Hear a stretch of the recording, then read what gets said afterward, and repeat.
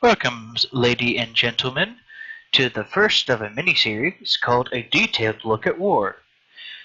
The series will take place over the next month or two, and will have a more in-depth look into the articles described in a brief summary. The purpose of this is to hopefully give you a much better understanding of how the different aspects of warfare work. Today, we're discussing logistics, the supply and management part of war. The part that no one ever really talks about, and you never really get to see. And yet without it, everything goes to hell. Now, a basis of what supply and logistics are. Let's give you its importance first. You have two people on the battlefield.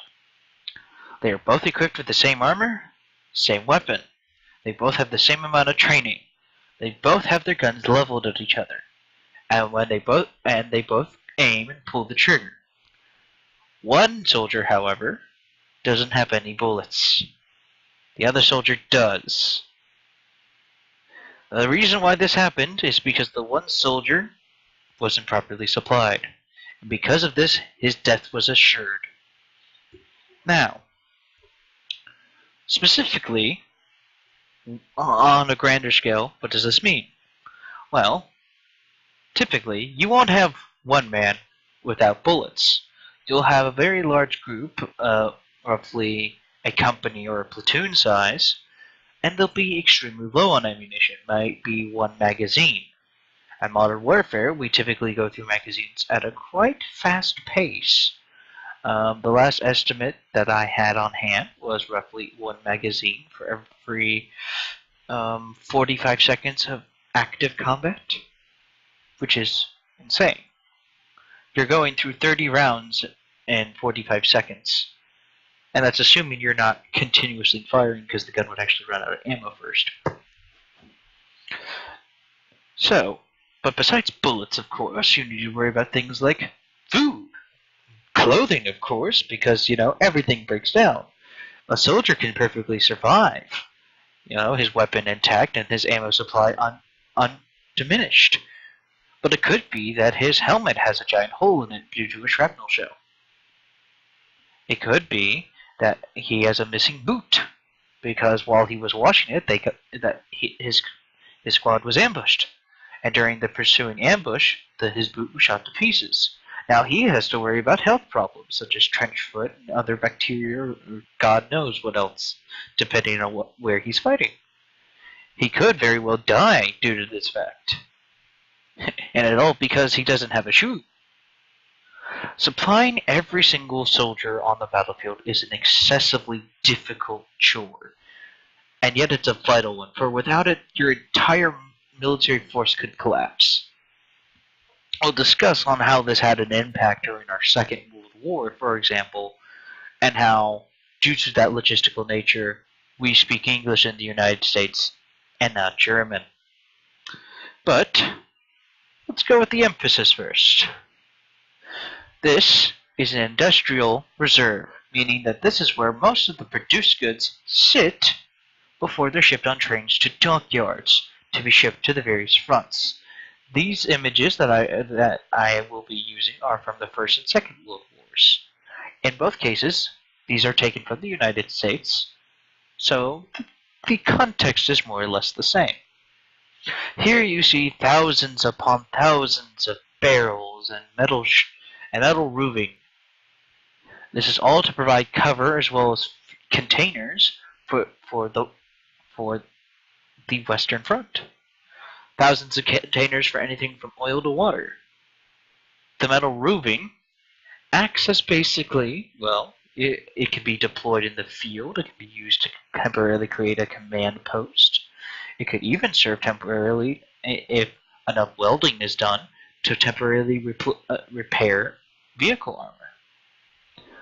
The next thing is to give you an idea of the grand scale. Now, I'll use my mouse to help you with this.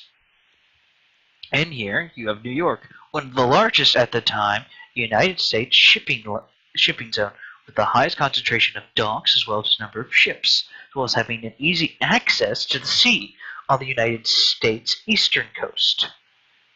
No, why did you skip? Ready.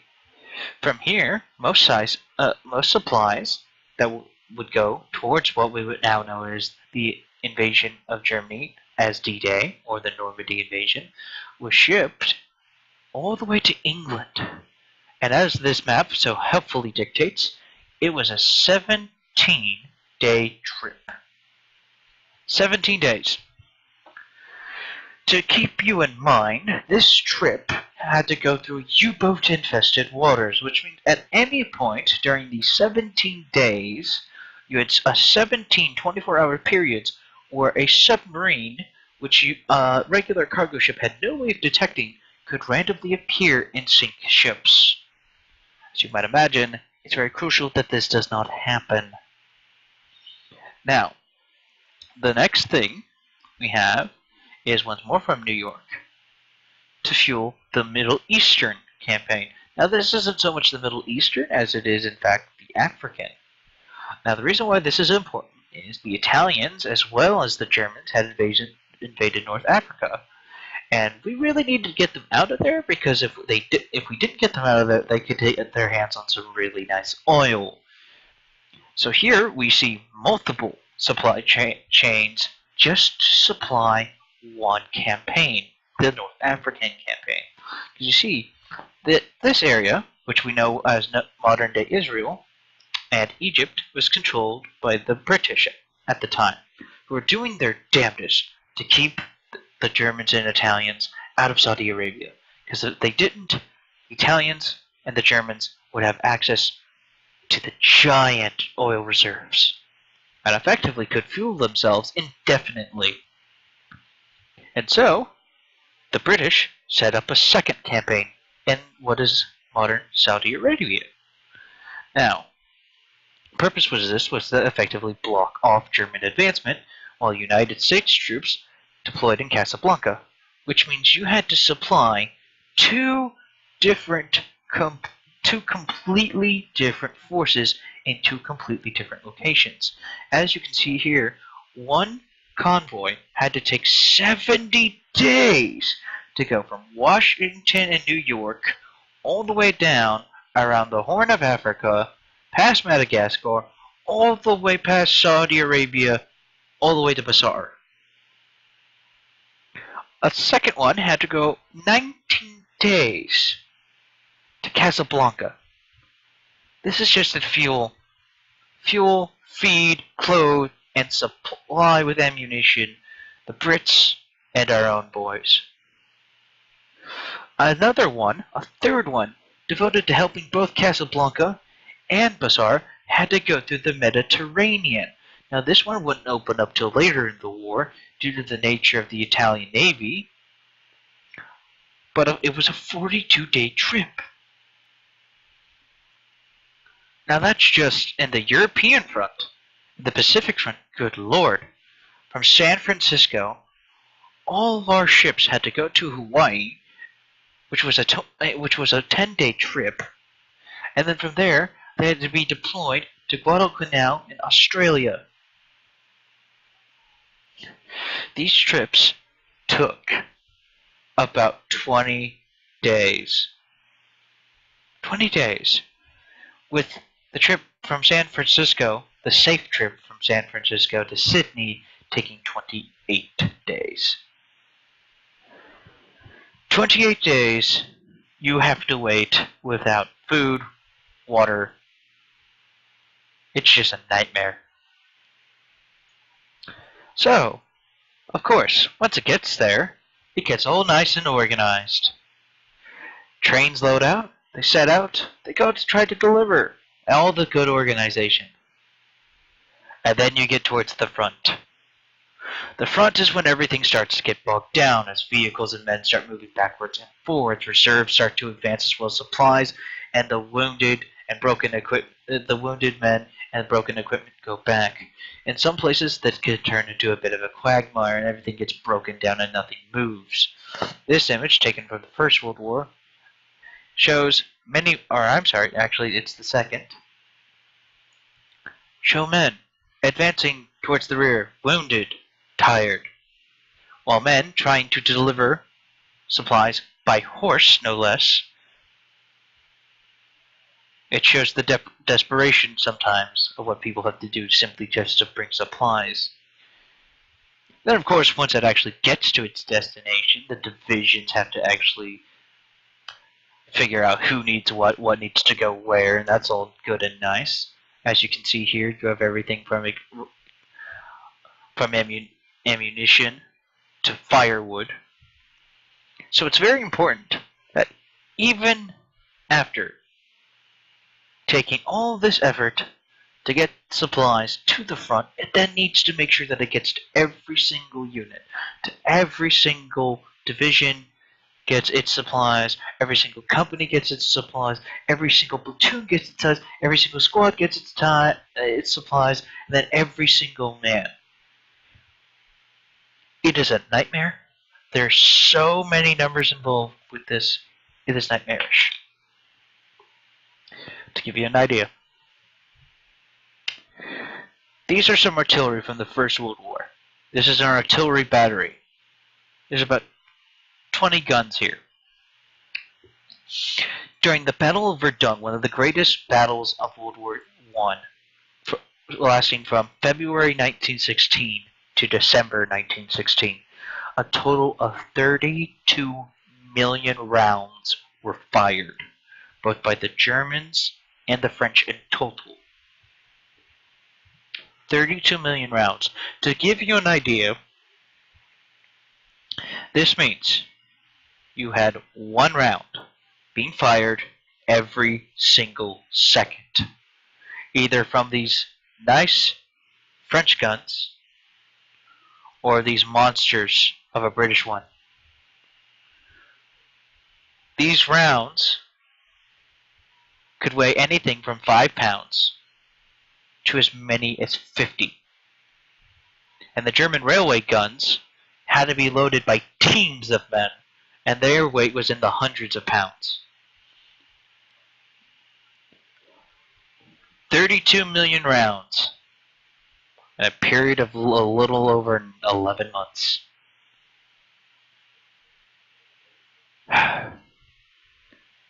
Every single second a round was being fired. Since I know most of my friends are hearing this, imagine if I told you you had to make a sandwich every second. You just couldn't do it, right? Now imagine I want you just to make something more complicated and very dangerous if you do it wrong. I want you to make an artillery shell. I want you to go press the shell caser through the shell casing through the smasher. Load the ammo, or load the munition, the propellant, then load the shell. Squeeze the casing around the bullet. Then, towards the bottom, add in magnesium. In case anyone doesn't know, magnesium is what you use to propel most rounds. It doesn't like heat, or I should say, it really likes heat. Try doing that every second. This is the reason why most of the time World War I is known for its trenches and its artillery. Because one of the major reasons nothing happened is because there was so little supply being produced. To give you an idea, the 32 million shells that took in the Battle of Verdun consumed nearly all of the artillery on the Western Front for both factions to fight a battle for an effectively pointless city. Now, in the modern era, we have the really nice goodies and really good organization. Look at all those stacks. Now, remember, you have to get all of this here, around the world. But don't worry, my friends. We have planes. We can airdrop supplies. Now those convoys that took 70 days to get around only take a few hours, or a little over a day, depending on whether it's directly flying. Now there is an issue that's facing modern warfare that we haven't really seen previously. That is encountering the enemy while attempting to deliver supplies. You see, back in World War One, typically, World War One and World War Two, simply the enemy, the Germans, were never given the opportunity. In World War One, they would have had to get past an entire line of trenches, and in World War Two, they were being pushed back faster than they could advance, so they never truly had the opportunity. Right now, though, in the Middle East, we're having a modern issue, which is our enemy exists anywhere and everywhere, which means we have to constantly guard our supply lines, which means we're consuming nearly as much ammo and fuel to deliver ammo and fuel as it is to as much ammo and fuel that we're delivering, which means you wind up with a very bad situation.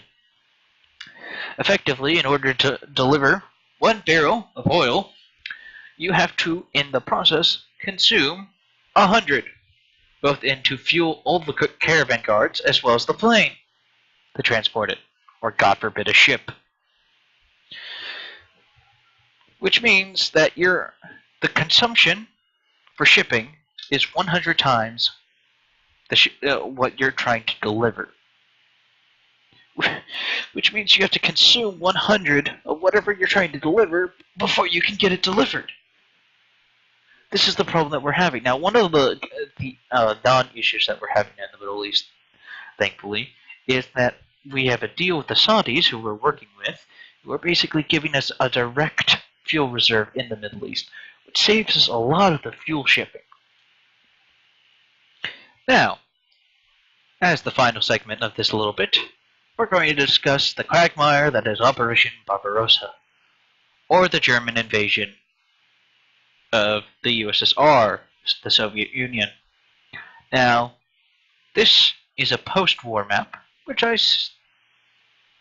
should say pre-war, which turns out to be pretty good.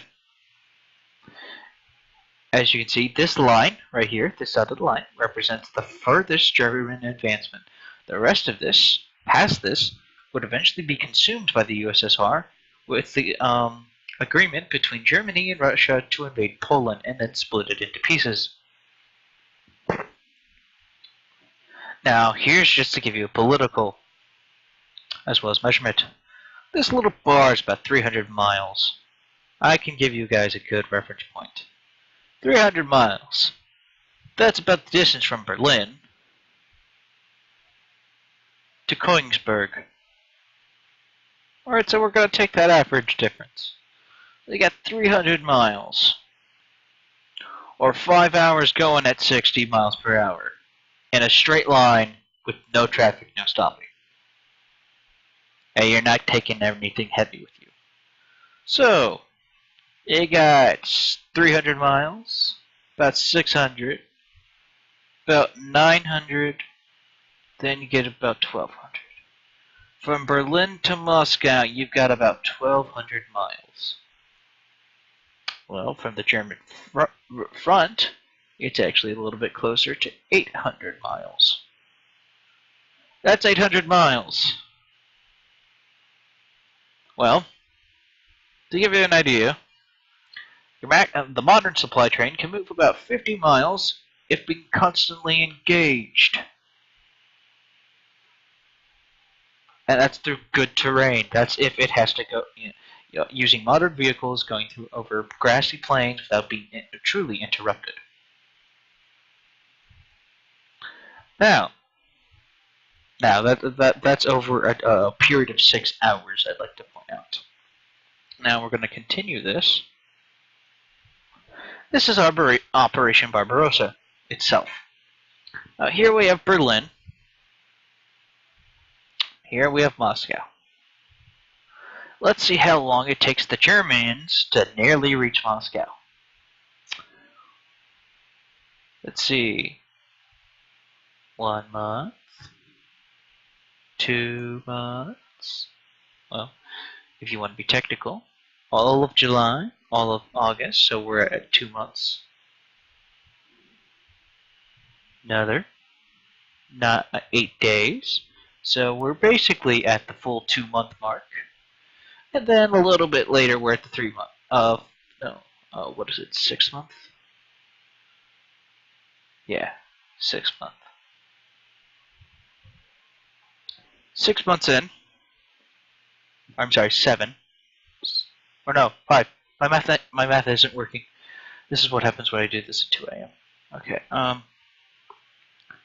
5 months in represents the green line. So we're going to take the relative start, June 22nd, to a little bit later, about a couple weeks, and about 14 days, the Germans advance nearly halfway, about halfway to Moscow. That's insane. They get halfway to their destination, and then things start to go bad. To begin with, in the next 2 months, they're only able to advance about 1/4 of the distance they originally did, except towards the southern front, which they advance and make up for the difference. 8 days later, though, they are able to successfully take this zone, which means that this is the extreme line by September 9th.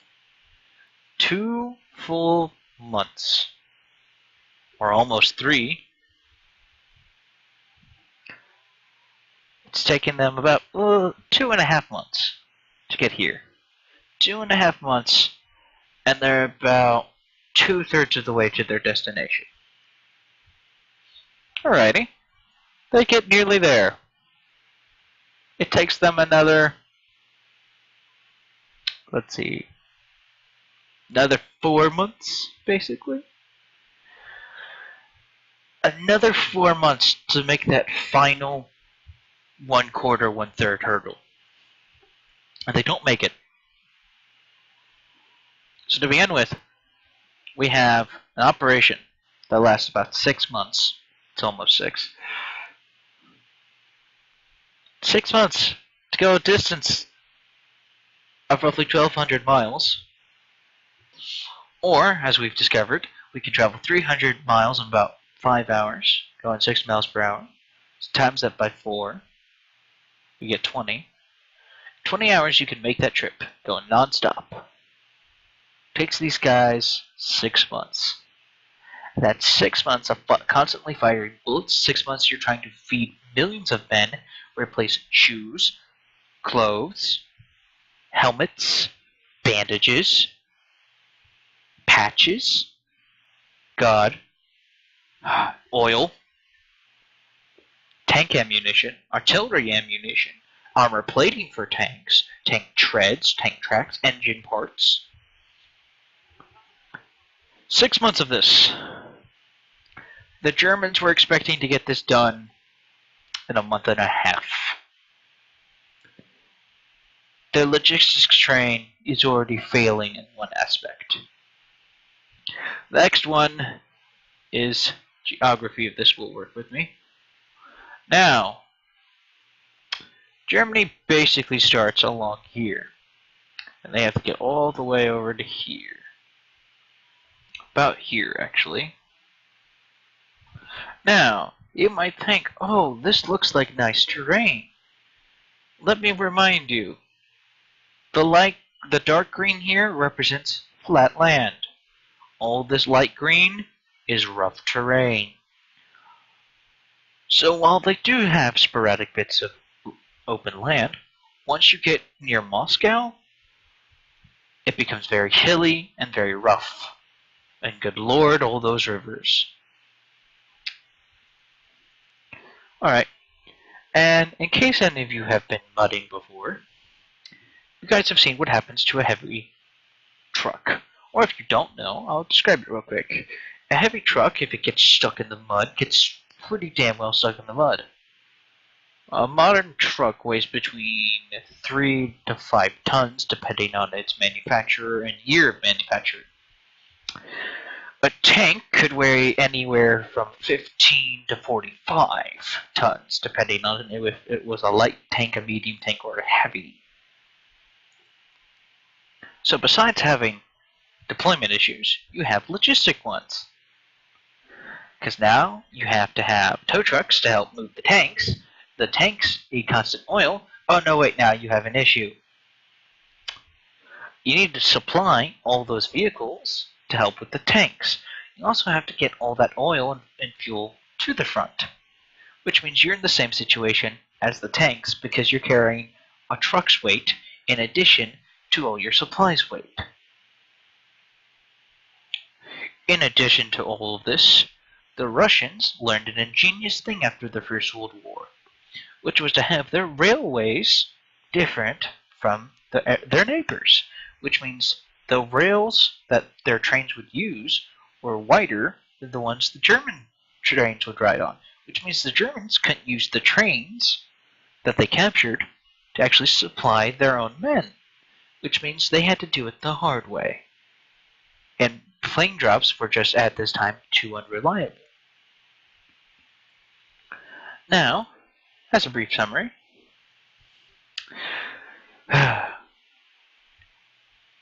war is important, and every battle fought is important. But the most important battle is the one that's always fought during a war and never ends until the war ends and actually still lasts until afterwards. It starts long before. It's the logistics war. It's the men of the army who have to fight against the army itself, constantly supplying it, filling its every need. Without it, the army dies. Without it, a nation dies. A nation falls. It gets lost to history. In World War I, both sides suffered heavily due to munition shortages, but the Germans paid the price in the end, being blockaded by the British and then later combined Allied blockade, the lack of their inability to keep up at the same pace, especially once the United States joined the war. Effectively the same thing once World War II started. In the modern era, we have a short way around this with the use of modern airplanes at high altitudes and reliable parachuting techniques. The problem is, no matter what the war is, no matter when it's fought, there are still men who must fight the invisible war. The war that never ends. And as long as we can remember, we can't trace a beginning to it. The war of logistics is a hard war, but without it, we all fall.